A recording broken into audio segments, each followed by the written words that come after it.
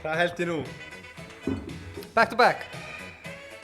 Ég var að segja við haldandi svona mikrofónin. Hlýður ekki þessar oxtirnu? Það er ekki fara að taka lagið það. Kannski í lokin. Já, þeir eru bara að slökna. Þegar þeir rektakanum, já. Þegar þeir eru farin líka. En já, hrikalega gaman að vera mættir aftur.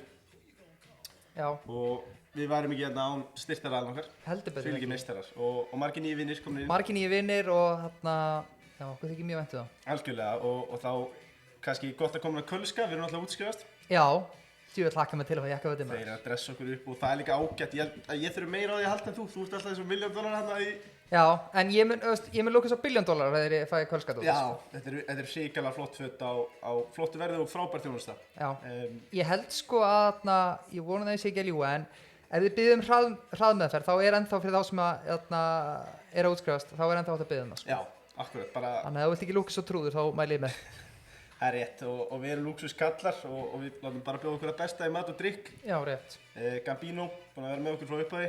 Já, er þetta ekki, ég ætla bara að segja, ég held sér fyrsti þáttur sem við erum ekki með Gambino. Nei, það getur vel verið. Það er að því að ég er að vinna með Sober 17. janúar. Já, ég ætla svo að sjálfsögðu með messanum Já.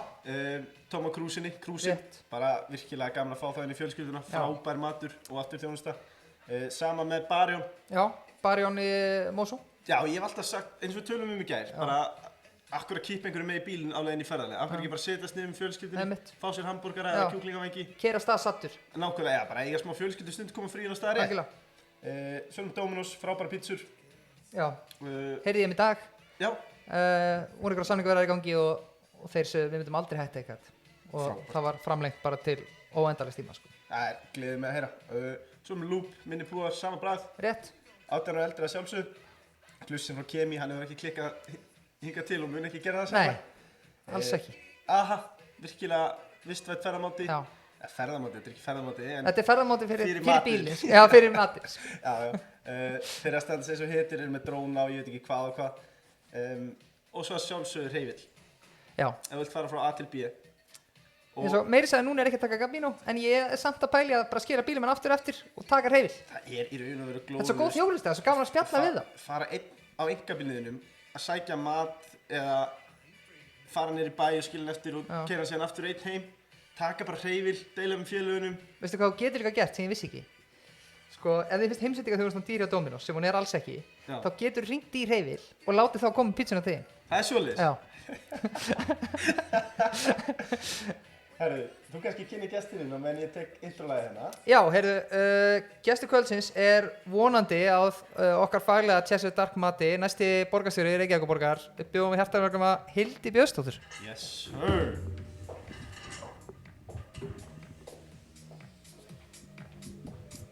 Komið sælir. Velkomin. Sæl, velkomin. Takk. Hvernig ertu? Herri, ég er bara góð, en þið? Jú, við erum hrikalega góð. Já, mjög góð. Skemmtilegt lag sem þú valdir. Já, þetta er í svona uppáhaldi þessa dagana. Þetta er gott lag. Þetta er svolítið gott lag. Ég sá TikTok daginn. Já. Það sem þetta lag að spila. Þetta var meðanótt held ég, þetta var nú dimmt úti. Og þetta var, hann talaði rússnesku í þessu myndbandi og var úti á því að hinum með við einhver like eða eitthvað. Já. Og hann var að vera geðveikur á háanum og ljósunum og öllu. Og þetta lag var í gangi. Og svo segir hann, rast, svaða, drey, fyrir við lagið. Kippir í einhvern vír hana. Já. Slekkur á öllu bandinu. Já. Nei. Uss. Herru, Hildur, einhver skáktenging? Skáktenging?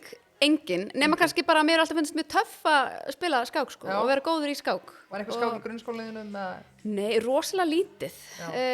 Ég á son sem var í Ísaksskóla, það er mikið svona skák hefð sko, en þetta var aldrei í mínu umhverfi, en mér fannst þetta alltaf mjög töff. Ég var svona ein af þeim sem ég er ekkert viss öllum hafa krökkum að þótt skák töff, en mér fannst svona skák og skátarnir okkar, mér fannst þetta töff sko. Já, ég var ánægð með þóttur að segja skátarnir sama flokk sko. Þannig að hún vistir þetta eiginlega hana. Já, ok, já. Þykir það leitt, en þetta er bara staðan. Já. Nei, ok, geggja. Hvernig eru svona fyrstu dagarnir búin? Þú tilkynnir þetta hvað, rétt fyrir jól eða ekki að þú fara í framboð? Akkurat, já, svona meðan, 8. desember held ég að það hafi verið sem ég tilkynnti það. Þetta hefur bara gengið vel. Hélst þú varst að fara í alvöru slag? Já, 7-13, við vitum ekki ennþá. Já, sko ég náttúrulega var að fara á móti Eyþóri, kollega mínum, og stemdi bara í svona kröftugan og skemmtilegan slag og ég held að ef við leiði 12 dagar þá hættir hann við. Já. sem kom mér á óvart en ég bara virði auðvitað hans ástæður. En já, núna eins og stendur þá er ég allavega ein í þessari baráttu oddvita sætið en auðvitað getur hann þó ykkur annar stíðinn, þannig að sjáum hvað setur. En ekki bara best fyrir Sjálfstæðisflokkinn að bara fylgja á baku þig og vona bara að við stefnum í góðan kosningasegur? Þú sagði það. Já, einmitt. Það er sem að segja ekki við inn í kvöld, sko. Já, en ef við bara byrjum á því aðeins, Hildur, hvar fórst þú sjálf í skóla? Viltu fara bara alveg way back? Já, ég er sko fædd í Bandaríkjunum, flytt til Íslands 3 ára gömul, ég fór aldrei á leikskóla. Þess vegna er svona skrítinn, sko. Það var eitthvað. Já, það var eitthvað. Sérst, mamma mín var alltaf heimavinnandi og þau áttu alveg hauga börnum og við fórum ekki í leikskóla, eins og reyndar margir svona jafnaldra mínu svo sem á þeim tíma. Svo fyrir ég Hvaleyrarskóla í Hafnarfirði og hann var á Holtinu í Hafnarfirði og það sko vissum við eiginlega ekki fyrir en eftir á skilgrundu allir aðrar hafnfirðingar sem gettóið í Hafnarfirði. Þannig ég ólst upp þar. Svona mjög líflegri flóru af fólki, var mikið, sko ég myndi segja svona megninu af félagslegu húsnæði í bænum hafi svona verið húrrað upp á Holtinu. Upplifðir þú þetta sem gettó? Alls ekki og ég sótti sko rosalega mikið af mínum æsku vinkonum ólust upp í félagslegu húsnæði við alls konar krefjandi aðstæður og mér finnst þetta svo skemmtilegi krakkar. Það var svona, það var gaman að vera með þeim. Þannig að þetta var mikið af mínum vinnum. Svo fer ég klára allan grunnskólan hérna í Hvaleyrarskóla og alveg frábær skóli og hann var svona mjög nýr skóli á þessum tíma.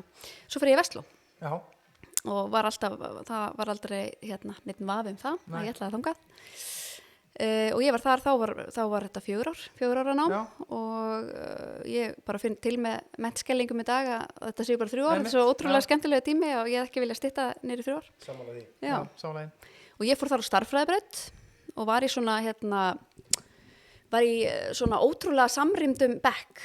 Fólk eiginlega gerði grínað okkur sko. Við vorum svo svakalega góði vinir og höldum ennþá. Var þetta svona skátabekkur eitthvað? Þú veist, við vorum jafn nördaleg og skátafólki, við vorum bara eitthvað að diffra og eitthvað í frístundum sko. Þannig að við vorum svona svolítið nördabekkur og rosa góði vinir og höldum hópinn. Starfræðibrautin í dag? Já. Voru kannski of samveldin hana? Allir það ekki, við höfum bara eyðilagt þetta þótt bara eitthvað skrítið. Einmitt, nú voru þetta, hvað, náttúrufræðibraut, eðlisfræði, já, einmitt, já. Þetta er ekkert skárað þetta samt eiginlega sko. Nei, voru þið í Versló? Já, ok. Mjög gott. Seinasti 4 ára árgangur. Já, einmitt. Ok, klára Versló? Já. Félagslegin eitthvað? Já, ég gerði það og ég myndi segja það sem að þó ég hef alltaf verið svona tekið svona námið full alvarlega sko, að þá fór ég alveg all in í félagslífið og ég var í ritstjórn Verslunarskólablaðsins, ég var formaður Morfís, ég var rosa mikið í svona, ég var eins og í ræðiliðinu og hvað meira settum, ég veit ekki hvort það heiti ennþá, tónsmíðakeppnin Demo var hún ennþá, já, ég var formaður í henni og svona eitthvað alls konar þannig að, já, ég segi það sko þó maður hefði tekið námið alvarlega og held sér alveg í það að þá það sem ég lærði helst á því að vera í Versló er svona reynslan af félagslífinu maður lærir alveg svakalega mikið á því og maður hugsar eins og maður er 19 ára þegar maður er einhvern veginn fjármálastjóri Verslunarskólablaðsins sem er blað sem að velti á þeim tíma 15 milljónum eða eitthvað, þú veist að það er rosalega mikið fyrir eitthvað svona unglinga að halda utanum og svaka reynsla. Menn átt að segja á þetta er alveg alvöru bakti. Þetta er nefnilega alvöru dæmi, sko. Bara fyrirtæki? Já, bara lítið fyrirtæki, algjörlega. Þannig að þetta er frábær reynsla og ég kynntist líka svo mörgu fólki sem að gott dæmi að vinkona mín Saga Sigurðardóttir ljósmyndari, hún kemur hérna inn og ég get alveg ímynda mér þó að hún náttúrulega hefur þessa hæfileika í grunninn og hefur náttúrulega alltaf vorið eitthvað á henni hvort sem en krakka komin inn á skóla og það fá aðganga alls konar tækjabúnaði hjá nemendafélaginu, ljósum og myndavélum og græjum sko, þannig að svo margir fá tækifæri til að rækta sína hæfileika og þannig að mikið af svona skapandi fólki komið úr þessum skóla. Sem fá tækifæri, algjörlega. Algjörlega. Ok, þú klárar Verslunarskólann þá á 4 árum. Já, og svo sko, það var alltaf rosa, ég var svona raungreina típa. Og það var alltaf rosa pressa á mér bæði úr fjölskyldunum minni, ég er svona verkfræðingafjölskyldu, ekki tekið fínnaðan að vera verkfræðingur. Það var pressa fyrir verkfræði og líka frá svona starffræðikennarunum mínum. Það var alltaf, Hildur, þú fyrir verkfræði eða starffræði eða eitthvað. Og ég verði að spyrja, hver kenndi þið starffræði? Þórður Möller. Já, kúkurinn. Geggjaður, sko. Mikill meistari. Og hann, sko, ég hitt hann með þess að nokkrum árum eftir ég hætti í Versló og þá var hann ennþá fussandi og sveigandi, ég hef ekki farið í starffræði. Séum við bara ekki hættum þessu. Já. En ég var svona svolítið að repela á þessum árum, sko. Og vildi eiginlega ekki fara þessa leið sem allir voru að segja mér að fara. Nei.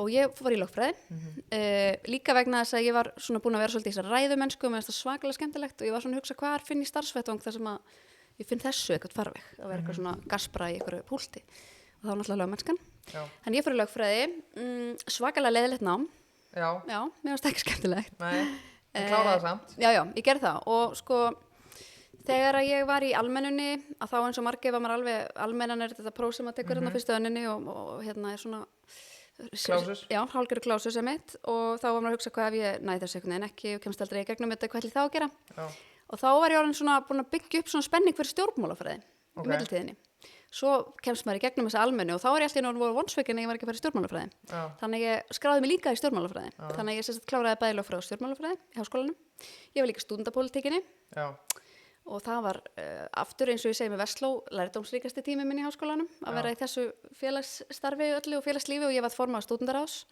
sem er það sem margir veit ekki full vinna frá 9-5 alla virka daga alveg bara hérna og þetta líka á kvöldin og svona þannig að hérna já þetta var bara rosa skemmtilegu tími eignaðist mitt fyrsta barn í náminu og þetta var svona margt sem gerðist þarna þessum árum. Ég hef ekki gert algjört drottningavitar en hvar finnur þú tíma? Ja, hver er líkilega því?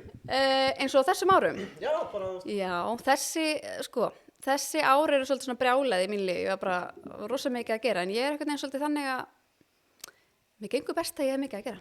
Ef það er lítið að gera hjá mér, þá get ég einmitt bara, þú veist, gert ekki neitt. Nei. Þannig að ef ég hef mikið að gera, þá er ég svo skipulögð og svona einhvern veginn, vinvelundu pressu. Já, ég einmitt... Birkir er líka svolítið svona já, ég ekki ber mig samt saman að hana sko, en samt með marga hluti þinni kunnum, þú líka sett það, bara best að vera með marga hluti að gera já, algjörða mér gengur hvað vest í lífinu þegar að minnst að gera mér ég er algjörlega þannig að ég er svona að leita svolítið inn alltaf í eitthvað svona brjálæðislegt umhverfi þá eru heldur borgarstjórum bara fyrir þig já, ég hugsa að þetta bara henda mig vel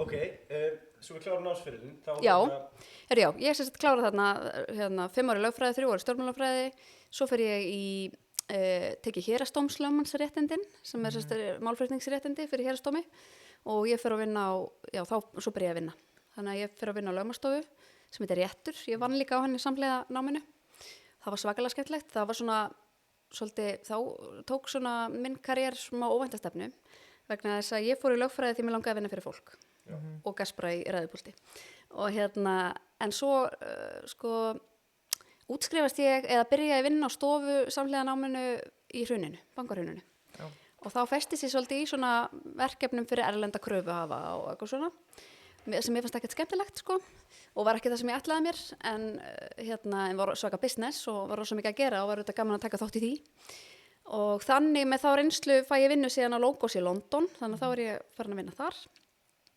þannig að þetta var svona, það var svona óvænt stefna ég ætlaði einhvern veginn ekkert að vinna við þessa tegund af lögfræði en hún svolítið heltók svona lögmannabransan á þessum árum þannig að það var auðvitað bara gaman að hafa þá reynslu og guð mig góður hvað það var gaman að fá tækifæri til að vinna í London og geggjað Falleborg Geggjuborg Mér finnst þú ráðmetinn en flestum finnst þú falleg Já, ég sko lærði ekki að meta London fyrir en að sko maðurinn minn bjó í London í 11 ár og ég 4 þannig að hann var búin að búa þarna dálítinn tíma þegar við kynnumst og ég kunni ekkert að meta London fyrir en ég kynntist henni í gegnum hann og það er rosa margir sem sögðu það að þeir lærðu ekki að meta London fyrir en að koma heimsækja okkur og lærðu hana inn á hana eins og svona locals þú veist, eins og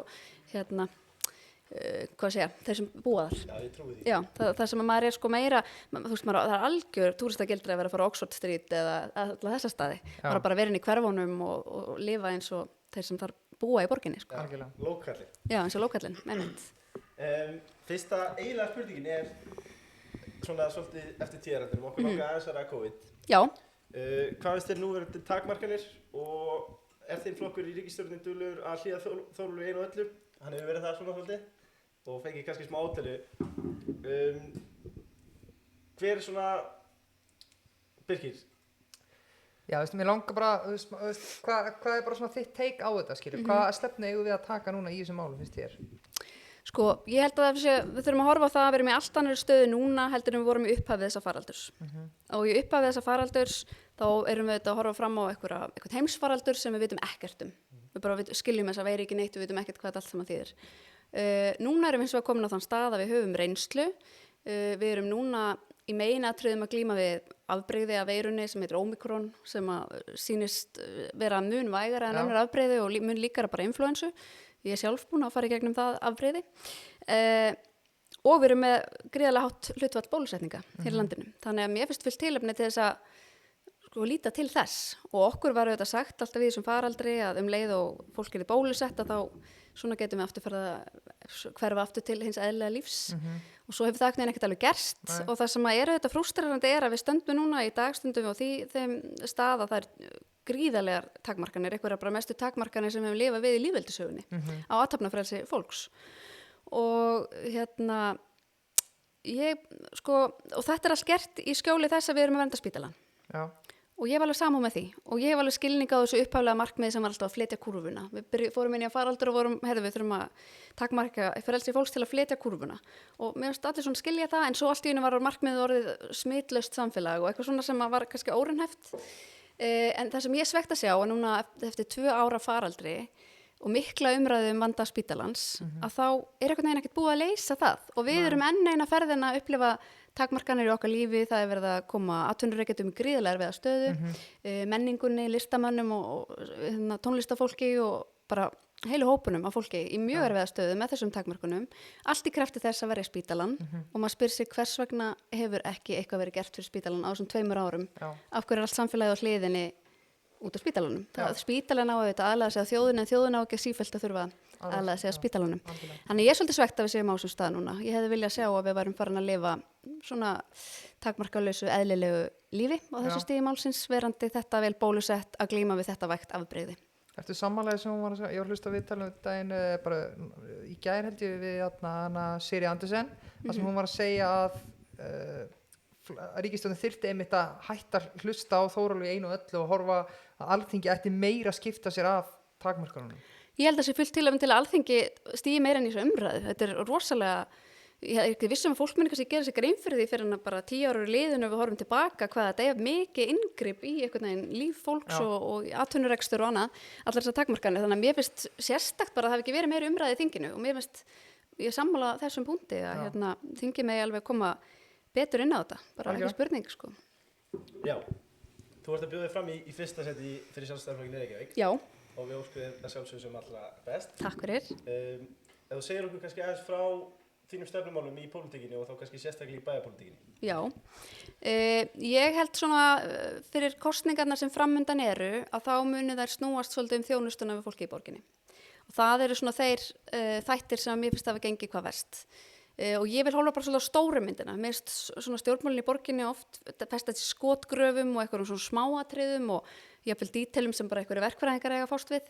En við þurfum að horfa bara á stóru myndina og það sem að fólk vill auðvitað er bara geta búið í borg þar sem eru greiðar samgöngur, fjölbreyttir valkostir í samgöngum, þar sem að hægt er að eiga auðvelt aðgengi að fjölbreyttu húsnæði í svona fjölbreyttum lifandi borgarhverfum að þú getur sett barnið þitt í góðan skóla sem er í heilnæmu húsnæði og þá er ég að vísa í öll þessi miklumál sem er að spretta upp að fólk geti átt treyst á að fá öðrugt leikskólapláss eftir fæðingarólof. Þannig að bara svona þessi þjónusta og þetta kerfi gangi bara smurt og ég svolítið talaði bara Reykjavík sem virkar. Það er svona heildarmyndin og þetta er nefnilega ekki alveg að virka. Þannig að það er svona stóra myndin í þessu og það er svona áhugavert að vísa í það í dag að því vorum að tala húsnæðismarkaðin og núna meirihlutaflokkarnir eiga til að afneita algjörlega þessi eitthvað skortur á markanum og það er talað að það þurfa að byggja á næstu árum 3.500 íbúðir á ári á næstu árum til að svara þörfinni og eftirspurninni á markanum og borginni hefur svolítið svona talið sig vera að svara þessari eftirspurn en augljóslega er ekki verið að byggja nóg og mér varst að bytta svo skýrt í því að ég þekki fólk sem á íbúð í Vesturbænum, fyrstu íbúð svona með einu svefnherbergi, tilvalin fyrsta eign, ofsalega falleg íbúð sem þau bara gerðu upp svona með skynsamlegum hætti. Hún var auglýst á sölu í vikunni, það komu 130 manns á opið hús á einum degi og örugglega einhverjir tugir tilboða og eignin fór á þvílíku yfirverði. Þannig að þú veist, þetta lýsir auðvitað ekki þetta afneta því að það sé skortur á markanum þegar staðan er þessi, þetta er náttúrulega bara alveg sturlun. Þannig að það þarf auðvitað, það er eitt af stórumálunum, eru þessi húsnæðismál, við þurfum að skipuleggja fleiri svæði, við þurfum að svona gera kerfið rosalega svifaseint og þungt hjá borginni líka, þannig að jafnvel þó að einhver svæði séu skipulögð, þá tekur svo langan tíma að hefja uppbyggingu, af því það er einhverju prósessar sem eru svo svakalega langir og svona seinlegir. Þannig að þetta er svona, þetta er svona stóra myndin. Líka sko, þú bendir á þetta allt og meina, hvað er þú veist, ok, nú verður stjórnarmeirihluti pluss reynda viðreist núna þessu kjörtímabili, þú veist, hann er búin að vera núna eitthvað 12 ára, er þetta 3 kjörtímabili? Sko, það má eiginlega segja að að Samfylkingin sem áður heitir Reykjavíkurlistinn sé búin að vera nánast óslitið að stýra þessari borg frá því Davíð Oddsson var. Sjálfstæðisflokkurinn til dæmis hefur ekki verið til dæmis með borgarstjórastólinn í heilt kjörtímabil frá því Davíð Oddsson var. Þannig að við höfum þetta Hanna Birna kemur inn sem borgarstjóri 2 ár og Villi eins og hann kallar Vilhjálmur í 1 ár.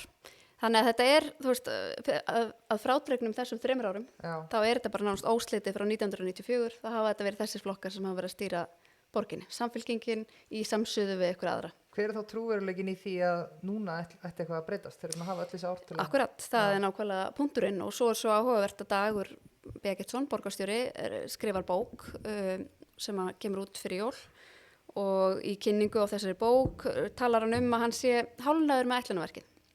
Og hann er búin að vera 20 ár í borgarstjórn og nánast allan þennan 20 ára tíma er hann búin að vera í áhrifastöðu. Annarkvort hann var á tímabili 100 daga borgarstjóri, hann var formaður skipulagsráðs í 4 ár, hann var formaður borgarráðs í 4 ár sem er svona hálfgerður varaborgarstjóri og svo hefur hann verið borgarstjóri í 8 ár. Þannig að af hverju ætti maður að trúa því að hann komi ykkur í verk á næsta kjörtímabili, hann hefur ekki getað gert það þessi 20 ár. Og það er mjög áhugavert að rýna bara loforðin sem hafa komið frá honum og frá Samfylkingunni allan þennan tíma, allt þetta 20 ára tímabil. Það eru loforðin í leikskólamálunum, það er Sundabrautin, það er húsnæðisuppbyggingin, það er allt sama, aftur og aftur, en kemst ekki til framkvæmda. Það er ekki bara lengja kjörtímabili í 20 ár? Já, hún finnst það örugglega. En ég held að sé komin tíma á nýtt fólk og svona nýja augu og svona ferskar sín og hvað ég segja, minnandi hendur sem eru svona til í að gangi verkin. Já, af því þú talaði aðeins húsnæðisskortinn áðan. Eins og í Vesturbænum, brjála eftirspurn, en kannski fá reyti til að byggja. Er eitthvað svæði sem þú horfur í sem eru með tækifæri helst? Í Vesturbænum, eða almennt í Reykjavík? Já. Sko, það er náttúrulega ákveðin svæði sem hafa verið bara samþykkt í aðalskipulagi sem er svona þverrpólitísk sátum sem er verið eins og Vogabyggðin, Ártúnshöfðin, mjög spennandi.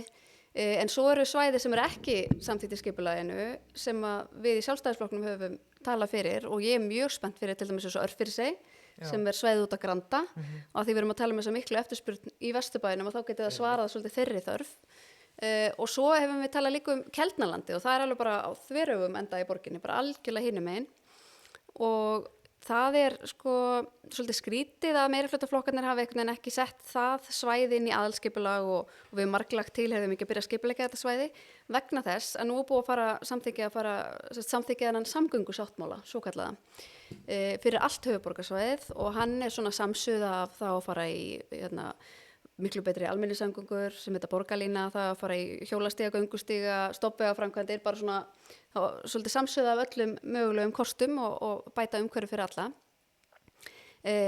Og þá spyrum maður hvernig á að borga þetta allt saman og ein leiðin til þess að borga fyrir þetta er svo að ríkið hefur ríkið á þetta Keldnaland og það lagði þetta land inn í púkið og sagði þið seljið þetta land og verðmætin sem úr því koma fara í að fjármagna verkefnin. Þannig við verðum actually að skipuleggja þetta land. Þannig að það er líka spennandi kostur og ekki síst til þess að setja bæði íbúabyggð en líka svona stærri vinnustæði. Er ekki vandamáli líka því ég man Eyþór talaði fyrir seinustu borgarstjórnarkosningar að það er bara ennþá sú menning í pólitík á Íslandi og þetta er bæði á Alþingi og í sveitapólitík að það er bara ef að stjórnarandstaðan kemur með eitthvað þá er það bara át og nei og það er að gera allir flokkar segir þetta en er þetta ekki bara líka vandamáli af því þetta er hugmynd sem kommer á Sjálfstæðisflokknum hefur aldrei að fara samþykkja þetta? Þetta er klárlega vandamálið og ég hef svolítið verið að kalla þetta menningarstríð mér finnst og svona skotgrafa umræðu og fyrir mig sem að ég er búin að vera 4 ár núna í borgarstjórn og einmitt með bakgrunn og lögmennsku þar sem fólk er alltaf að takast á það snýst lögmennska, við erum að takast á einhver mál og ólík sjónarmið og svona svo kemur hann í þetta umhverfið allt svo auðgafullt og mér er svolítið nálgunin svo ef að einn flokkur segir við ætlum að fara algjörlega þangað og þá segja hinir nei, þá er betra að fara algjörlega þangað þegar raunin er kannski að 98% af venjulegu fólki vill bara að við séum eitthvað hér þannig að þetta er svona auðgatnar sem þetta menningarstríð sem ég er svolítið að búa svona málamiðlun í að því ég trúi á frelsið og ég trúi á valkostina og umburðarlindið og ég held að við höfum ekki að reyna að skapa borg þar sem að framtíðarsýnin er að allir séu á hjóli eða allir séu á bíl eða allir fari í borgarlínu eða eitthvað, heldur að það sé bara frábæri kostir og svo bara hannar hver og eitt sitt eigi líf. Já, leifir helst bara allir takir hreyfil, bara eða ekki? Já, einmitt, eða taka hreyfil, já. En Bobby Fischer, einn besti skákmaður allra tíma, sem merkir maður, hann lét þau orð falla, fólk á Íslandi tekur frekar sjúkrabíl heldur en að fara með strætó, sko. Já. Ég hef keypt þetta kvót, þetta svolítið gott. Og þetta líka bara, ég myndi frekar taka sjúkrabíl. Já, borgarlínan að fara að laga samgöngumálum í borginni? Já, hún mun gera það, sko, ef hún gerð skynsamlega og það oft þannig þegar við erum að tala borgarlína, þá fólk ofta að tala epli og appelsínur. Þannig eins og ég horf á borgarlínu upphaflega, sko, eins og Dagur vildi hafa hana, þá var þetta lest. En hún hefur nú verið tónuð ansi mikið niður og núna bara betri strætókerfi. Endar þetta bara eins og einhver lítil rúta eða eitthvað? Já, í rauninni er þetta svona glæsilegir strætisvagnar sem að aka á séragreinum, þeir fara hratt á milli, ferðirnar eru mjög tíðar, skýlin eru yfirbyggð, þannig að þetta er bara svona næs. Þetta er bara strætó á styrum? Strætó á styrum, strætó með varalit, hef ég oft kallað það. Og mér stegir sem þetta svona sögur, sko, af vinkonu minni, sko, strætó hefur verið svona, það eru margir og ég lendi svo oft í samtölum það sem fólk segir, strætó er bara fyrir námsmenn eða þá sem hafi gefna á að eiga bíl, svona segja sumir, sko. Og ég á til dæmis vinkonu sem er bara mínum aldri og einhverju sinni var hún að fara í stóramæli, hún býr í Vesturbænum og var að fara í stóramæli í Grafarholtinu og hún ætlaði að fá sér í glas, þannig að hún biður vinkonu okkar að skutla sér og svo segir bara, kemur ekki til greina, bara föstudags eftirmiti og ég hef margt annað að gera hann föst í umferðinni hérna allan daginn, taktu bara strætó. Og þá svarar hinn, heldur þú að ég ætla að stíga út úr strætó eins og einhver aumingi? Og mér fannst þetta svo lýsa svo viðhorfi sem ég sé, sem er sko sannarlega ekki mitt viðhorf, en ég sé ástæðir í kringum mig og hluti af borgarlínaverkefninu fyrir utan þetta bara að vera miklu meira og betra svona hágjaða almenni samgöngukerfi eru þetta líka bara svona pakningarnar og umbúðirnar og þú ferði í borgir eins og til London eða Köpen eða eitthvað og þar eru bara fólk úr öllum stéttum og öllum þjóðfélagsþrepum bara saman í lestunum og strætisvögnunum og það er bara algjörlega normal. En hér er einhvern veginn búið til eitthvað kúltúr að þetta sé bara fyrir námsmenn og unglinga og þá sem að hafi ekki efna á að eiga bíl. Já. Þannig að en við viljum gera þetta þannig að þetta sé bara valkostu fyrir alla og þú til dæmis getur farið í jakkafötunum þínum í borgartúnið í svona glæsilegu magni. Ertu ekki að starfa í borgartúnum? Það hljómar heldur. Má ég fá stoppist það bara framan heimilum þetta? Ég held að ég verið sponsaðar af borgarlínu áður en þið vitið það. Hreyfir því miður þegar það var út. Já, þá komum næst spurninga. Er það nauðsynlegt að hafa borgarskipulagi þannig að það sé lífsins ómögulegt að fara á bíl downtown? Þessi spurningar að sjálfsögðu búið hreyfils. Nei, það er ekki nauðsynlegt að gera það lífsins ómögulegt. Þetta er alltaf bara svo völundarhús þetta. Maður er ótrúlega heppinn að keyra móti umferð bara. Já, og ég meira þess að hafandi setið meiri hluta kjörtímabilis í skipulagsráði og svona, þú veist, og við fáum alltaf það er oft verið að breyta akstursstefnum og svona og ég er alveg tekið þátt í afgreiða en samt er maður alveg ringlaður, sko. Þú veist, okkur finnst þetta náttúrulega alveg eins og þegar akstursstefnir á Laugaveginum allt í einu snúið við og eitthvað svona, þetta er alveg furðulegt, þannig ég skil það nú ekki alveg. En nei, mér finnst það nú ekki eiga að gera þannig að það sé lífsins ómögulegt að fara í miðborg á bíl, alls ekki. Sumum erlendum borgum er það stefna, að það gera það fólki það mjög erfitt og gera það rosalega dýrt. Það er jafnvel svona tollahlið bara að við kemur inn í miðborgir og átt að greiða. Ég vil bara miðborgin sé aðgengileg fyrir alla, en ég vil að við pössum á hún sé líka aðgengileg fyrir fólk sem er ekki á bíl. Og ég til dæmis að heyra kvartanir frá fólki, atvinnurekendum með stóra vinnustæði niður í bæ, svona þá er ég ekki að tala um litla verslanir heldur stærri vinnustæði, að starfsfólkið er að kvarti undan, það er jafnvel erfitt með að fá fólki vinnu vegna þess að það eru ekki nógu góðar almenningssamgöngur sem að ganga á staðinn og svo eru bílastæðir og svolítið dýr. Þannig að fólk tímir ekkert að eyða kannski 3.000 kalli eða 2.000 eða hvað það er sem þú leggur bílnöðinum. Já, bara klukkutími kannski deginu bara að fara inn í bílastæðakostnað. Já, akkurat. Þannig að þetta er svona eitthvað sem maður þarf að hugsa og ég er nú svo mikil hægri kona, mér finnst ekkert óeðlilegt að bílastæði kosti og mér finnst nú bara þegar ég að borga sér nota og svona markaðslega þengjandi að ef að borgin alltaf eigi þetta land en ekki bara selja það, þá verðum við þetta að rukka bara afnóta gjald fyrir það. En þess vegna þurfum við líka að gera borgina aðgengilega eins og líka með stórgóðum almenningssamgöngum. En er hægt, sko, ég bjó í Sydney í 1 ár. Já. Og þar var það samt, þannig að það datt engum í huga eða bílar, skilur. Nei. Það var bara, það átti engin bílar. Og það voru bara menn sem voru mjög hátsettir í flottu böngum og annað, sko. Var ekki svipað í London, eða? Jú, það er nefnilega, já. Og þú veist, er hægt að hafa það þannig að það sé gott aðgengi fyrir alla einkabílinn samgöngur og þarf ekki doldið að velja hafna í þessu eða? Sko, þetta er ágætt að taka svona dæmi erlendis frá og ég hef stundu sagt þess að dæmi sögu á sjálfur mér sem er mjög stutt en hún er þannig ég býfa Hafnarfirði þegar í Versló og ég tek alltaf strætó í skólan og það er alveg klukkutíma misjón. Þegar ég er bara síðustu mánuðum skólagöngunar, bara í 7. bekk, að þá fæ ég afnót af bíl og það algjörlega bara breytti öllu. Þú veist, allt í hennu var bara, ég átti svo mikið að vinum, ég kynntist svo mörgum úr Grafavogi og ég byrjuði Hafnarfirði og þetta bara algjörlega breytti öllu í mínu sósíallífi og mótnunum mínum og síðdegunum og öllu þessu. Af því að í Reykjavík og höfuðborgarsvæðinu er langbest að ferðast á bíl, þannig var bara borgin skipulögð. Svo flytti ég til London og þá snýst þetta bara algjörlega við. Þá er bara algjörlega óbærilegt að vera bíl. Og þá er langbest að fara í lest eða strætisvagna eða hjóla eða eitthvað svoleiðis. Þannig var borgin skipulögð. Þannig að það sem við erum svolítið að glíma við er að Reykjavíkurborg er þróuð og skipulögð á nákvæmlega sama tíma og bíllinn er bara svona nýtískulegt geggjað konsept sem að bara þú varst algjör lúser eða þú varst í pólitík og varst ekki að skipuleggja borgir bara út frá bílnum, það vildu allir eiga þessa stórkostlega uppfinningu. En núna erum við svona búin að vaksa svo mikið og erum orðin það stór að við erum allt í einu stöndum fram fyrir þeirra áskorun að jú, tíma vorum alltaf að ræða mengun frá bílum en núna hef ég mikla trú á að bílar séu að fara yfir á umhverfisvænni orkugjafa. En núna vandamæli bara pláss. Hvað er við að koma öllum sem bílum fyrir? Og núna verða að spá því að íbúum höfuðborgarsvæðis sem eru fjölga á marga 10.000 á næstu 20 árum eða svo og ef að bílum fjölgar á sama hraða þá verðum við bara í stórkostlegum vandræðum. Þannig að það er svolítið svona eina áskorunum sem við stöndum fram fyrir í samgöngumálum að við þurfum að bjóða aðra góða kosti. Og við sjáum rosa mikil tækifæri í svona yngri kynslóðum sem að margar hafa áhuga á að Reykjavík þróist með sambærilegum hætti og borgir erlendis. Það sem er hægt að fjölskylda getur komist af með einn bíl eða engan bíl og meðan að margir þurfa að eiga 2 bíla í dag og eitthvað svona. Þannig að aðeins að bara jafna þetta svona smá skekkja. Algjörlega. Þannig að þetta snýst svolítið um það. Að reyna að fjölga góðu valkostunum. Ekki bara fjölga einhverjum valkostum, þetta er góðum, vöndum, raunverulegum valkostum.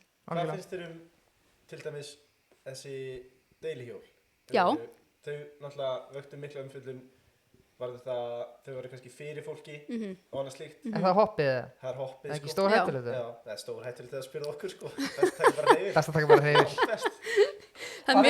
Það er bara slísjól. Já, það er mjög gott að taka hreyfil, en það er líka mjög gott að taka hopp á leiðinni í hreyfil. Eða vind eða hvað allar þessar veitur heita. Mér finnst þetta bara brilljant sko og þarna mér finnst þetta dæmi stundum gerist að framtíðin kemur, stundum tala um það að framtíðin kemur óvæntir átt, það átti engin von á að þessi rafhlaupahjól eru alltaf í einhver bylting í samgöngumálum í Reykjavík og það er eðlilegt að það séu hnökrar og einhver hygstar þegar að svona nýtt konsept er að koma á markaðinn og þá eftir að einhvern veginn finna út hvernig við höfum að umgangast þetta allt saman. Þannig að jú, margir kvörtu undan því að það var verið að leggja hjólunum þvert á gangstittir og einhver með barnavagn komst ekki leiða sinnar eða hvað nú er, eitt dæmi bara. Ég hef engar ágjur að þessu. Ég held að mér finnst þetta bara frábært konsept, mér finnst þetta frábært nýtt innlegg og óvænt í samgöngur. Og bara því fleiri möguleika því betra. Já, bara fagna nýjum valkostum og svo þurfum við bara að læra að umgangast þetta og skilja vel við þetta eins og fólk. Algjörlega. Klárt mál. Og til að slá botni þessu umræðu langum bara að minna á það að það er kuldinn sem að skemmi rafgeimana.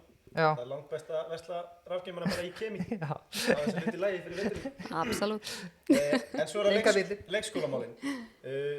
Ég verð bara að játa vankunnátt okkur á þeim málefnum, sko. En maður hefur heyrt horrorsögur. Já, maður hefur heyrt að, ef þú fær kannski aðeins yfir mekanismann.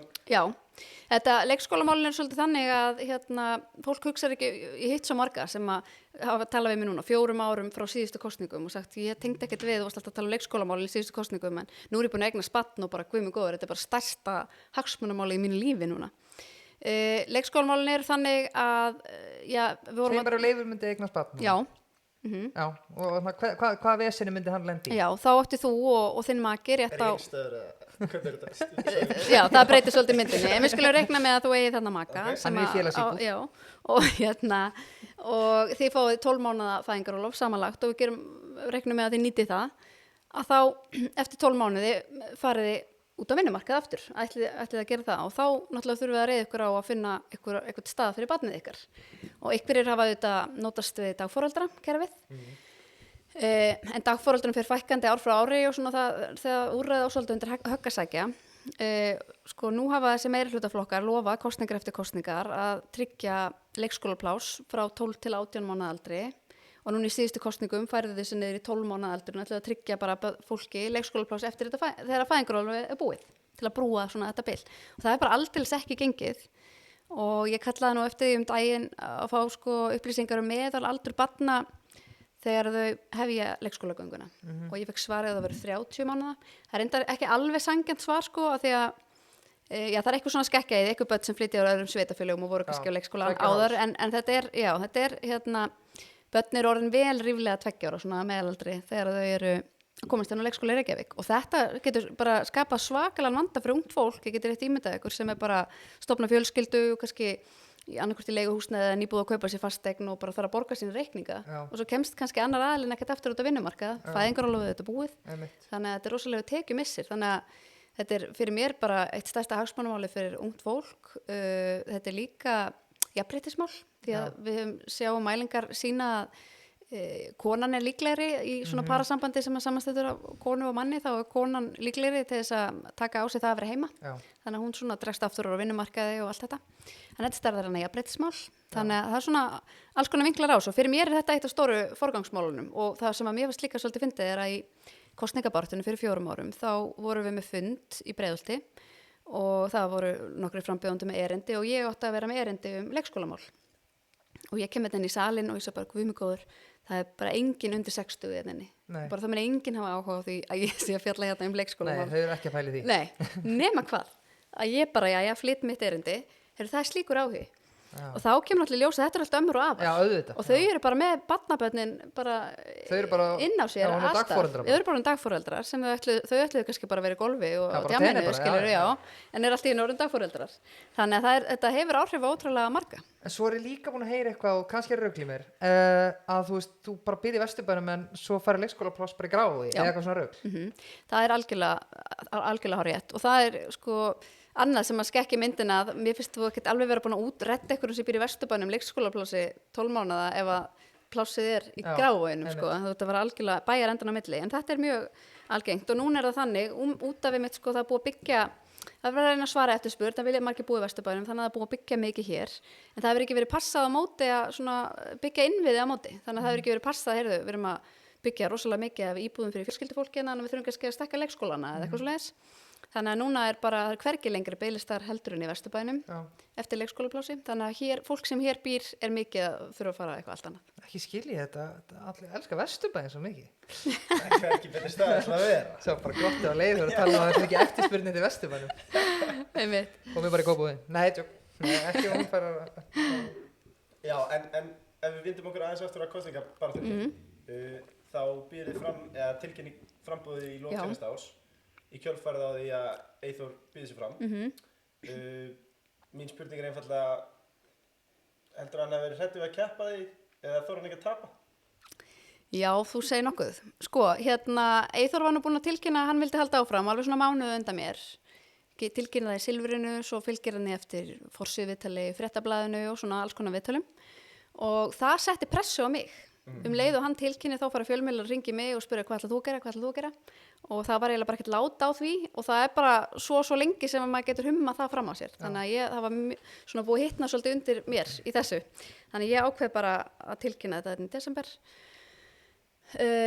og við Eyþór förum í eitthvað svona við förum í Silfrið bæði og svona alls konar og við vorum bara byrjuð í svona prókjusbaráttu og við handsöluðum það ég tilkynnt honum sko áður en að ég steg fram að ég ætlaði að gera þetta og laði til að við myndum bara hafa þetta mjög drengilegt við erum náttúrulega vinnir og félagar og búin að vera kollegar í 4 ár og engin ástæða til að hafa þetta eitthvað blóðugt bara málefnilegt og við vorum alveg sammála það já, svo bara gerist það mjög óvænt eftir 12 daga að hann dregur sig út. Pakka saman. Já, hann gefur fyrir þær ástæður og hann vildi sinna fjölskyldunni og fyrirtækjum sem hann á og svona, þannig að ég ætla bara að verða þær ástæður. Já, en það er samt, skilur það, þessi fyrirtæki og fjölskyldan var hann líka og það var búin að taka slaginn sko, en já, hann þorði bara ekki hann. Það er nú komið djúpulega sko. Ég hefði viljað hafa þetta blóðugt eins og maður segir. Það eru þetta early days, eins og maður segir. Og við verðum að sjálfsögðu pólitískt svar ef það kemur. Helst ekki samt. Alltaf við verðum það samt. Já. Er einhver flokkar sem þú vilt helst mynda borgarstjórn með og er einhver sem þú ert búin að útiloka? Ég tel skynsamlegt að ganga alltaf svona óbundin til kosninga. Því bara að maður gangi þarna inn og maður bara sér hvað kemur upp á kjörkossunum og reynir svolítið að una því og mynda kannski eitthvað mynstur sem að ríma við það. En auðvitað eru flokkar eins og, ég meina auðvitað flokkur eins og Viðreist sem klofningsframboð frá Sjálfstæðisflokknum, þannig að auðvitað svona málefnalegur samhljómur þar á milli, þannig að ég sé að mér finnst mjög auðvelt að para þá flokka saman í mynstur, en svo þyrfti ekki að skeit til í viðbót og það getur bara verið eitthvað fjörugt mix. Já, algjörlega. Við vorum aðeins að tala Vesturbæinn og þetta mér mikið hjartansmál sérstaklega. AHA býður upp á drónaþjónustu, bara flýgum allir hindin á dróna. Ég trúi ekki ennþá, sko. Galið, sko. Ég trúi ekki ennþá, ég pantar bara mikið frá AHA, en það kemur alltaf með bíl. Veistu okkur það er? Ég þarf að velja drónan eða eitthvað. Nei. Það er þú dónalátt flugvöldin. Við fáum ekki drónaheimsendingu hérna í Vesturbænum. Þetta er flugumferð. Þetta er ákveðið misrétti. En það kemur á spurningunni. Hvað segja sjálfstæðismennum því eigum að færa hérna flugvöld? Já, einmitt. Sko, þegar þú getur fengið drónasendingu? Já, það er enda mjög gott nýtt innlegg í flugvöldlaumræðinu, drónarnir, sko. Mér finnst nefnilega flugvallamálið ekkert verið eitthvað svona lifandi topic akkurat núna og kannski, sko, Sjálfstæðisflokkurinn hefur komið sér saman um það, bara landsfundi og svona þá stefnu að flugvöllurinn sé áfram í Vatnsmýri þar til annar jafngóður kostur finnst, eitthvað leis. Ég hef aldrei verið blóðheit í þessu flugvallamáli og ég tengir rosalega lítið við og mér stundum finnst mér svona öfgar í þessari umræðu sem rýma svolítið við menningarstríði sem ég var að tala um áðan. Annars vegar fólk hérna sem að við helst bara fara á morgun og bara læsa og skelli lás og bara loka fyrir allt innanlandsflug og koma öllu í uppnám. Og svo annað fólk sem vil bara friðlýsa flugvöllin bara og binda hendur komandi kynslóða og eitthvað. Og mér bara, ég tengi við hvorugt, sko. Fyrir mér nálgast þetta bara eins og við varum að reka fyrirtæki sem að vera með þetta flugvallastæði og maður bara hugsa, ég menna, ok, mín vegna má bara alveg skoða hvort þessi við aðrir staðir, bara endilega, og ef við finnum góðan stað þá má bara fara í einhverjar greiningar á því og svo þyrfti þá að byggja nýjan flugvöll og vonandi verða einhver einkaaðilar sem kemur að því mín vegna, en auðvitað þarf að passa upp á rekstraröryggi innanlandsflugs á meðan. Þannig að þetta er bara praktískt fyrir mér, praktískt mál. Er þetta ekki samt doldið eins og að myndi bara, við vorum að tala London á hann, eins og að væri bara flugvöllur á Oxford Street? Já. Ég nefndi þetta á sem dæmi, segjum að það núna væri bara verið að búa til borgina. Og það væri búið að setja hérna í Laugaveginum og hérna í Vesturbænum og það væri ekki svona, heyrðu, svo er geggjað að hafa flugvöll hérna. Ertu ekki sammála með það? Jú, þetta er ekki skipulagt svona í dag. Nei. Það er alveg rétt. En það fólk hefur taugar til þessa og svona landsbyggðin mjög heiti í þessu máli líka og einhverjir hafa nefnt hvort það sé kannski skynsamlegra að byggja upp alþjóðaflugvöll á Akureyri og svara þá þessari flugvöllaþörf landsbyggðarinnar þar frekar en að gera það í Reykjavík. Svo er þetta sjúkraflug og eitthvað ef þetta væri fært í Keflavíkur og eitthvað svona. Já, einmitt. En það er alls konar vinklar í þessu, en fyrir mér ég er ekki blóðheit í þessu máli, þetta er ekki stóra máli í kosningunum, þú veist, það er fáir að... Þú er ekki skýrað flugvallavinir kosningaframbúðið þetta eitthvað? Nei, það er einhverjir aðrir sem sjá það. Ég bara, eins og segi, nálgast þetta bara hérna á mjög praktískan hátt. Já, en þegar þú segir það er enginn að tala um þetta núna. Nei, þetta er ekkert svona stórt viðfangsefni núna. Og ég held mér þess að aðalskipulag sem meirihlutin stendur fyrir og meirihlutin er nú opinberlega vill að flugvöllurinn fari. En það talar um að hann verði þarna að minnsta kosti 10 ára viðbót. Þannig að, eins og segi, þetta er einhvern veginn... Þú sefur alveg nætnar yfir þessu? Já, ég gerir það. Þetta er bara, ég held þetta fari bara eins og þetta á að fara á endanum. Já. En AHA vilja hann burt. Það er alveg að reyna. Á þessu kjörtímabili hefur fjöldi ríkisstarfsmanna aukist 1200 og þetta er einhverjir 20 milljarðar úr kassanum. Er þetta óráðsía með almannafé? Ég verð að taka það, ég elska fleiri starfsmenn. Elskar kannski óráðsíðina. Þú trýfuna óráðsíðinu? Já, ég elskar það. Er þetta að tala um starfsmenn hjá ríkinu núna? Já. Sko, það hefur sambarlegt gerst hjá borginni. Á þessu kjörtímabili hefur starfsmennu borgarinnar fjölgað 20%. Já. Og mér finnst það mjög neikvæð þróun. Við erum að sjá að til dæmis Reykjavík sem að það er þannig þó svo stóra einingu eins og Reykjavík þá ætti hún að hafa svona lifa við einhverju stærðar hagkvæmni í samanburði við minni sveitafélög eins og Kópavog og Garðabæ, Hafnarfjörð. En það er ekki staðan. Þannig að við erum með mun fleiri starfsmenn per íbúa heldur en nágrannasveitafélögin. Og mér finnst þetta ekki ákvæð þróun og borgin fór líka í svona það sem ég finnst sérkennilega nálgun á þannig COVID-faraldur og efnahags áföllin sem fylgja í kjölfarið og margir að missa vinnuna að þau bregðast við með því að ráða fólk til borgarinnar í opinber störf Ég hefði miklu frekar vilja bregðast við með því að styðja myndarlega við atvinnulíf til að verja störf og skapa ný störf. Af því það ekki sjálfbært auðvitað, ég meina við þurfum að skilja hvernig opinber störf verða til, þau verða til vegna þess að það er verðmætasköpun í atvinnulífinu og þannig er greitt skattar sem haldi upp þessu opinbera kerfi, en ef það er engin verðmætasköpun af því að allt atvinnulíf eða stór hluti atvinnulífs er lamaður í þessum faraldri, að þetta bara, þá gengur dæmið ekki upp. Þannig að mun heppilegra hefði mér þótt að skapa bara hagstæðara skattaumhverfi fyrir atvinnulíf og vera þá freka með einhverja styrki eða sveigjanlegra kerfi, þannig að við værum að svona verja atvinnulífið frekar en að taka því starfsfólk. Og eitt gott dæmi reyndar að taka starfsfólk að atvinnulífi að nú borgin að fara í stafræna þróun sem að þýðir bara þá að gera alls konar ferla, þannig að þú getur klárað alls konar mál bara á netinu, bara frábært mál og allir sammála það. Það var ákveðið að verja 10 milljörðum í þetta á 3 árum og ég var reyndar svolítið ósátt við að mér fannst algjörlega óskilgreint sko, af hverju 10 milljarðar, af hverju ekki 8 eða 12 eða 7 eða þú veist og það var engin útreikningar hérna bak við þetta var svona bara falleg rounded number sko. Og svo fer borgin í rauninni þá leiði þessu að því nú er ríkið líka í svona stafrænni meðferð sem heitir Stafrænt Ísland og þau nálgast það þannig að það er bara aðili sem stýrir þessu, svo eru verkefnastjórar og svo er bara alltaf útvistað. Þannig að það er bara hugbúnaðarfyrirtæki út í bæ sem eru að þróa allar þessar lausnir og það er bara stiðið við atvinnulíf, skapa störf í atvinnulífi. En borgin er að fara þá leið að ráða alla inn til sín. Þannig að það er verið að ráða svona 80-90 sérfræðinga inn til borgarinnar, skapa þarna stærsta hugbúnaðarhús landsins inni hjá borginni og er í svakalegri samkeppni við sko hugbúnaðarhúsin, engareknu, bara forritara, hönnuði, alls konar sérfræðaþekkingu sem er takmörkuð hér á landi og mikil samkeppni og það er rosalega mikil óánægja hjá svona hugbúnaðargeiranum með þetta og hjá mér. Það líka skjót inn í Leifur, ég er nokkuð sem séu 12 hjá borginni sko, en þarna málið er líka það að borgin segir sko, já við erum búin að fjölga 12 starfsmenn en það er út af COVID, en málið er það ég get að lofa því ef við tölum saman eftir 1 eða 2 ár er að COVID er búið, ég get að lofa því að þessi starfsmenn verða ennþá þarna sko. Það er nákvæmlega það sem ég hef spurt. Heldur þið að vera að reka COVID er búið? Nei, nefnilega ekki. Já, ég hef spurt þessar spurninga, ég spurt hvað ætlaði svo að gera eftir COVID og þau segja, já þetta er tímabundin ráðstöfun og ég segi hvað því það er að fara að reka 1200 manns eftir 2 ára eða eitthvað. En spurninga í raun og veru hvað þú gera þig? Já, einmitt, sko ég held að þurfi að fara í svona uppstokkun á kerfinu hjá Reykjavíkurborg og það sem veldur mér áhyggjum er til dæmis að þessi gríðarlega fjölgun starfsmanna en það er til dæmis engin fjölgun á starfsmönnum leikskóla. Þvert á móti starfsmönnum leikskóla að fækka milli ára. Þetta er þjónustan sem við eigum að vera að veita, þetta er starfsfólki sem við eigum að vera að ráða á þessum stöðum. En í staðin er alltaf verið að ráða fólkin í stjórnkerfið og þegar fólk eru svona margt að þá verður kerfið svo þungt og þá verður svo mikið erfiðar að stofna fyrirtæki eða byggja fjölbýlishús eða hvað þú ert að gera framtakið í borginni, þingir það allt í vöfum. Þannig ég held að þurfa að stokka þetta allt saman upp og ég nálgast að frekar þannig að við séum ekki að segja upp fólki eða gera fólk atvinnulaust heldur við séum að færa störf. Og það er eins og störfin inn á hugbúnaðarþróun, við værum þá bara að færa þau inn í einkageirann. Þetta er allt fólk sem á að geta fengið vinnu annars staðar og mjög eftirsótt.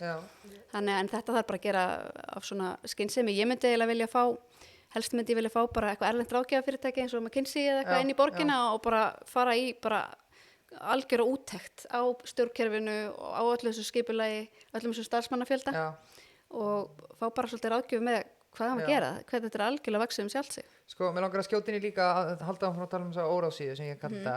Þarna í bóði peiti að sjálfsög? Bóði peiti, þeir hata svona óráðsíðu. Já, bóka því lagi. Þeir elskar þetta því að þeir senda reikningarna fyrir það. En þarna, þú veist, eins og þarna þarf virkilega að vera mannréttinda og lýðræðisstofa og svo sá ég daginn, ég held í sig ekki að ljúga, það hafi verið auglýst staða hjá borginni sem var sko skrifstofustjóri yfir skrifstofustjóra. Þú veist, eða eitthvað svona, skilur, þetta er bara eitthvað rugl, skilur. Og þarna, já, þú veist, enn og aftur, þetta er bara dæmi óráðsíðu. Já, það er mjög fróðlegt og hægt að skrifa bara góða brandarabók alls konar stöðuheiti hjá borginni og það var til dæmis auglýst á dögunum sem þú ert örugglega vísi skrifstofustjóri og skrifstofustjóra. Já, frábært. Já, og það er örugglega æðislega manneskja og mjög fær sem að fékk starfið, ég er ekki að gera lítið úr henni, en þetta er svo gott dæmi bara eitthvað sem fólki finnst bara rugl. Já. Þannig að, og svo er svona eitt dæmi að þú talar lýðræðisskrifstofuna og það er svona pírataverkefni, það er gæluverkefni pírata. Já. að þau letu setja á fót svona íbúaráð í öllum hverfum og ég sitt nú í einu svona íbúaráði og bara frábært fólk sem þar situr en þetta er algjörlega áhrifalaust apparat. Hvað á þetta að gera? Og þetta á að vera bara að veita einhverjar umsagnir og fjallum einhver máli í hverfunum og eitthvað en það eru sko grasrót og samtök í öllum hverfum sem eru bara íbúa samtök sem bara hafa sprottið frá fólkinu í hverfunum, nákvæmlega jafn virk, skipta nákvæmlega jafn miklu máli ef ekki meiru, geta veitt allar þessar umsagnir. Þannig að mér finnst þetta að vera bara svona eitthvað nýtt apparat sem kostar peninga, bara gert til að þingja og senka. Þannig að þetta er svona, já, það er eitt dæmi fyrst þú nefndir lýðræðismálið. Já, mér finnst alltaf sniðugt í Kópavogi, sko, kannski er þetta líka Reykjavík, ég þekki ekki, ég hef alltaf búið í Kópavogi, þarna að það er eitthvað svona, þú veist, kipir svona 2-3 á ári, bara svona könnun tíminn í tölvupósti og þá var bara hérna, heyrðu, þú færið 100 milljón til eyða, hvað myndir þú gera eitthvað? Þá myndir þú setja róló þarna og eitthvað svona þarna. Veist, er eitthvað þannig í Reykjavík? Já, þetta hljómar eins og hverfið mitt. Það sem að allir í Reykjavík fá að fara á svona vefsvæði sitt hverfi og kjósa svo sko, þau verkefni. Já, og það hér í Vesturbænum síðast, þegar þetta var síðast, þá lagði eitthvað inn að fólk má sko leggja inn tillögur, allir leggja inn tillögur og svo kýs fólk og það er tillögur sem eru hlutskarpastar, það er að fara til framkvæmda. Bergþór Másson í Skólabrönd, sjátt á það hann, frábært hlaðvarp. Já. Og svo sko hér í Vesturbænum hefur til dæmis nokkur ári röð var hlutskarpasta tillagan að gera almenningstorg úr Hagatorginu sem er örugglega stærsta hringtorg landsins þannig fyrir utan Háskólabíó og Melaskóla og allt þetta og það hefur nú aldrei komist til framkvæmda jafnvel þó það hafi alltaf unnið þessa kosningu og svo síðast var það stytta af Kanye West og bara yfirburðakosningu, langflestir vildu þetta en þá fannst borginni það bara eitthvað svona kjánalegt sko. Það var ekki gert og mér finnst það svona klaufalegt sko. Ef þið ætlaði að fara í þetta lýðræðisferli að raunverulega leyfa fólki að koma með hugmyndir og kjósum þær þá verður þið bara unna niðurstöðunni og það er bara þetta er bara góður húmor í Vesturbænum og við erum öll bara, ég er enda að skilja ekki hverju Kaffi Vest er ekki komið með Kanye West styttu hjá sér ég er alltaf að bíða eftir því það er að svara þessari eftirspurn. Ein spurning frá mér sem Vesturbæingi og ég ætla eiginlega að bíja á æðisíðinni. Já. Þetta var svona. Akkur slökktu ljósin. Það var slökktu ljósin á okkur. Bara alla æðisíðina. Það er ekki hægt að ferðast þarna 6 mánuði ársins í myrkrinu. Og það er sko stjörnuskoðunarsvæði út á Nesja, það er ekki langt að fara.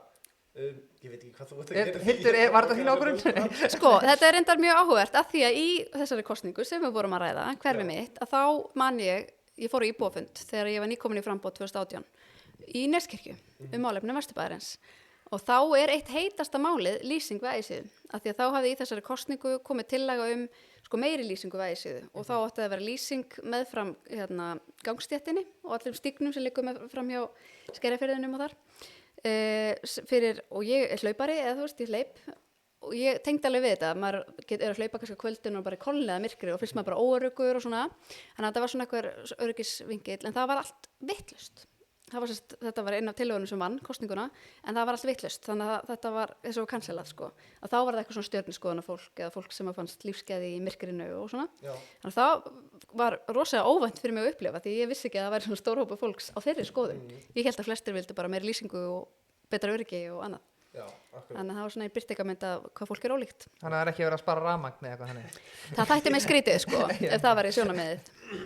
Nei, líka búin að fjölga borgarstafsmenn 120 en spara rafmagn. Einmitt. Þá eru í raun og veru, Laugavegur göngugata, eldsnögt. Já, sko meirihlutin hefur lagt til að Laugavegur alla leið upp að hlemmi sig göngugata, mér finnst það nú full aggressíft sko. Ég hef nú verið jákvæð fyrir þessu göngugötusvæði sem hefur verið og er í svona mjög góðu samtali við mjög marga atvinnureikendur í miðbænum sem eru bara spenntir fyrir þessu og margir komið nýjir inn á svæðið eftir að það var göngugata og aldrei gengið betur en mér finnst að borgin sem hafa staðið svolítið illa að þessu máli og keyrt þetta svolítið í gegn á offorsi og það hefði verið hægt að gera þetta í svona meiri sátt og mér finnst það með margt í borginni að það þarf ekki alltaf að svolítið svona goslaragangur í þeim þau bara einhvern veginn ana áfram og er alveg sama hvað öllum finnst og hvernig öllum líður þannig að ég held að það sé alveg tækifæri í og þetta er þetta menningarstríð aftur sem ég er að tala þannig að það er alveg oft bara og það gengur svolítið í berhögg við það sem þeir standa fyrir eitthvað samráð og samtal og allir þessi frasar sko í pólitík það var einhvern veginn ekki haft að leiðaljósi þarna. Mér langar að skjóta aðeins inn í þarna ef við rósum aðeins, hvað myndir þú segja þú veist, ef við horfum á hann valdatíma sem dagur hvað hefur verið velgert þú veist, já sko, ég er ánægð með að borgin sé að taka þátt í svona borgarþróun sem að bara allar vestræna borgir eru að fara í, þetta bara á öllum skipulagsborðum þá að verða að fara svona í þess að sömu átt og fólk heldur að þetta sé eitthvað sem að einhverjir flokkar á Íslandi eiga en svo eru þetta ekki, þetta er bara eitthvað lína ef þú fara á ráðstefnur. Já, þetta er í rauninni bara markaðurinn í borgarskipulagsfræðum eða eitthvað svoleiðis, þú fer bara á höfuðborgaráðstefnur út í heimi og þú eru allir að horfa í sömu átt. Já.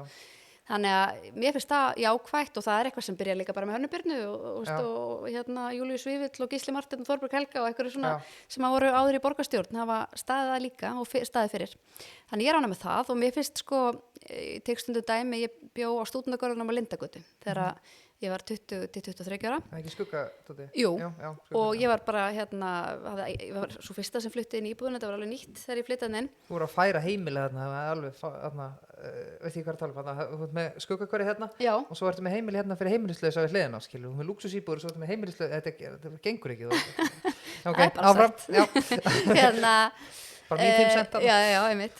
Þá á þessum tíma var Hverfisgatan rosalega skuggaleg, Hún var bara algjört slömm eiginlega og þá voru svona mörg húsasund með einhverjum gámum og ég hef lent alveg í að vera dregin eitthvað afsíðis á einhverjum köllum og eitthvað sem betur fyrir lendi í kyninu. En það var svona skuggalegu staður og maður gekk bara með lyklana á milli fingrana og alveg varnarstöðu ef eitthvað myndi gerast.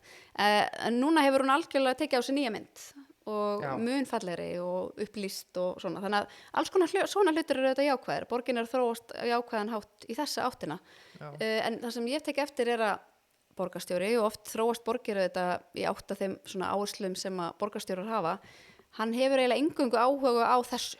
Hann hefur eingöngu áhuga á þessu svona skipulagslegacy en ekki svona megin hlutverki sínu sem borgarstjóri sem er auðvitað bara að þjónusta fólki í borginni.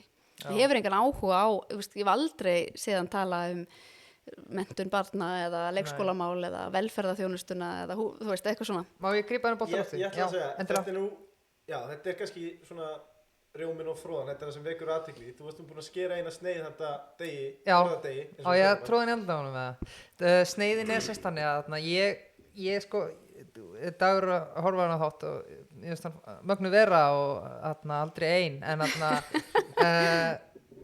ég kalla sem þú borðadagur og þá á ég við með það er að þegar að vera að klippa borða eða er eitthvað að veita styrki eða opna eitthvað skákmóti eða eitthvað þá er hann alltaf fyrstur að mæta svo leið og það er verið að tilkynna og það er annars ég var að meina hann er alltaf að fegra bókaldi á Reykjavíkurborg þannig að hann er að tekjufæra fasteignahækkanir á félagsbústöðum sem er alltaf algjörlega fáránlegt því að Reykjavíkurborg mun alltaf vera með þessa þjónustu við erum aldrei að fara að selja þessar eignir en allavega, það var annars en svo þegar það er verið að tilkynna halla á Reykjavíkurborg eða miklumál eða hvað sem þá er það bara oftast eitthvað næstráðandi eitthvað sem mætir. Er ekki sammála þessu? Jú, ég er algjörlega sammála þessu. Hann er svona listilega flinkur í því að fá samstarfsfólk sitt til þess að falla á sverðið fyrir sig og stundum hafa svona oddvitar í hans meirihluta sem allt eru konur stigið fram og svarað fyrir mál sem að kannski eru mistök frá síðasta kjörtímabili þegar þær voru ekki einu sinni á sjónasviðinu og var ótrúlegt að fylgjast með þessu. En hann er alltaf fyrstur að mæta þegar það á að klippa borða og ég hef nú svolítið gert grínaði líka og þetta er bara sönn saga og fyrst við erum stödd í Vesturbænum þá getum við tekið Vesturbæjardæmið að fyrir síðustu kosningar að þá er skrifað undir viljayfirlýsingu við KR uppbyggingu á KR-svæðinu og borðaklipping og myndataka og allt hvaðina og nú á að gera nákvæmlega það sama aftur. Það er borðaklipping aftur? Já, bara 4 ára setna. Hann er mega fettis fyrir því. Já, gerist ekkert á kjörtímabilinu en þá skrifundir að það viljayfirlýsingu stinga aðra skóflustungu. Er ekki búið að, þú veist, KR, þeir manta fjármagn, það vann það að gera eitthvað þar, er búið að sama svæði hann í 100 ár. Selja fleiri fasteignir. Já. Ekki en já, ég verði að svindla við vorum að vinna á heimjáðum okkar, og þú fækkaði hann í Val, byrjaði einum. Hvað sér, segið þetta eins og er ég með krakka mínum Val? Er það ekki? Heyrðu, þetta er rosalega heimavinna. Svona mér var í Ísaksskóla þangað til fyrir 2 árum og meðan hann var í Ísaksskóla þá var hann í Val af því að þá var frístundarúta á milli. Nú er hann í KR. Sauð á leið hann. Já, og sérstaklega maðurinn minn er rosalegur KR-ingur og ég, alin upp í Hafnarfirði, er KR-ingur og pabbi minn er svo mikill KR-ingur að við fórum alltaf og keyptum flugveldana af KR og keyrðum alltaf út í KR, þú veist. Í hið ýmsa. Skemmtilegt, það gleður mikið. En eitt af lokum varandi til langa Óskar Ármann til hamingju áður fyrir hraðaspurningarnar. Já, áður fyrir hraðaspurningar þá langaði mig bara og líka bara aðeins við Hildi, hann ákvað segja gott í dag, Ármann Kr. sem búin að vera bæjarstjóri í Kópavogi svona í 10 ár, búin að standa sig algjörlega frábærlega, búin að þakka Trausti heldur betur með bara frábærum búið að ganga fárlega vel í rekstri, ótrúlega lækabúl, ekkert vesen, bara búið að ganga bara mjög mikið smooth sailing núna einhver 10 ár. Var ekki smá óvænt að hann hætti það? Mér finnst það mjög óvænt og ég held að við komum bara flestum mjög óverum. Já. Og við erum að horfa á það núna sko af öllum þessum sveitafélögum Reykjavík, Hafnarfjörður, Garðabær, Kópavogur, Mosfellsbær, Seltjarnarnes, það veist, Reykjavík og allur græn, allt höfuðborgarsvæði, þá eru bara 2 sem sækist eftir að halda áfram. Já, Gunnar hættu líka í Garðabæ. Já, það Dagur vill halda áfram í Reykjavík og Rósa vill halda áfram í Hafnarfirði. Já. Og mér finnst það reyndar áhugavert, því Rósa er nú ekki búin að vera lengi, en mér finnst áhugavert að þetta eru sko Gunnar í Garðabæ, þetta er Ármann í Kópavogi, Halli í Mosó og Ásgerður á Seltjarnarnesi og þetta er allt fólk sem að bara búið að vera lengi og kannski átt að segja á bara ekki það, mér finnst þau öll að staðið svo vel og hefðu alveg mátt vera lengur en þau kannski átt að segja, nú kannski bara komið tími á og ég hætti en nú er Dagur búin að vera í 20 ár og hann skinnir það ekki, þannig er hann algjörlega ómissandi, rétt hálnaður og enginn nýrum að komast að. Nei, hann er líka ómissandi. Ákoma hraðaspurningum. Stressandi. Já, gott, þá Já, ég er mjög stressið. Fyrsta spurning er, syngja eða tralla? Syngja. Uppáhaldsmaturinn? Pizza. Uppáhaldsmaturinn, nei, tökum uppáhaldsdrykkurinn. Sódavatn. Með eitthvað leiðildri í ensku? Arsenal. Uppáhaldsstaður í heiminum? Oddagata 15.